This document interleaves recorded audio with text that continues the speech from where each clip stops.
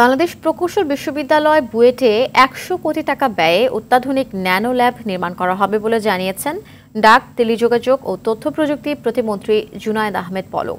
সকালে institute of robotics and অটোমেশনের উদ্বোধনী অনুষ্ঠানে প্রধান অতিথির বক্তব্যে তিনি এ ঘোষণা দেন। প্রতিমন্ত্রী বলেন, শিক্ষার্থীদের মেধার ঘাটতি নেই, তাদের আরও বেশি সুযোগ দিলে নিজেদেরকে প্রমাণ করতে পারবে।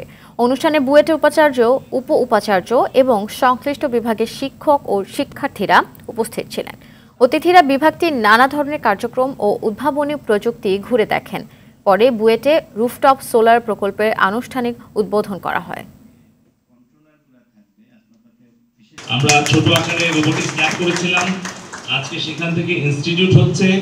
আমরা ভবিষ্যতে রোবোটিক্স স্টার্টআপগুলো, রোবোটিক্স নিয়ে যারা কাজ করবে, রিসার্চার, ইনোভেটর, সারা বিশ্বে বিভিন্ন ইন্ডাস্ট্রিতে সেরকম একটা দক্ষ জনশক্তিও, জনসম্পদ আমরা এখান থেকে তৈরি করতে পারবো।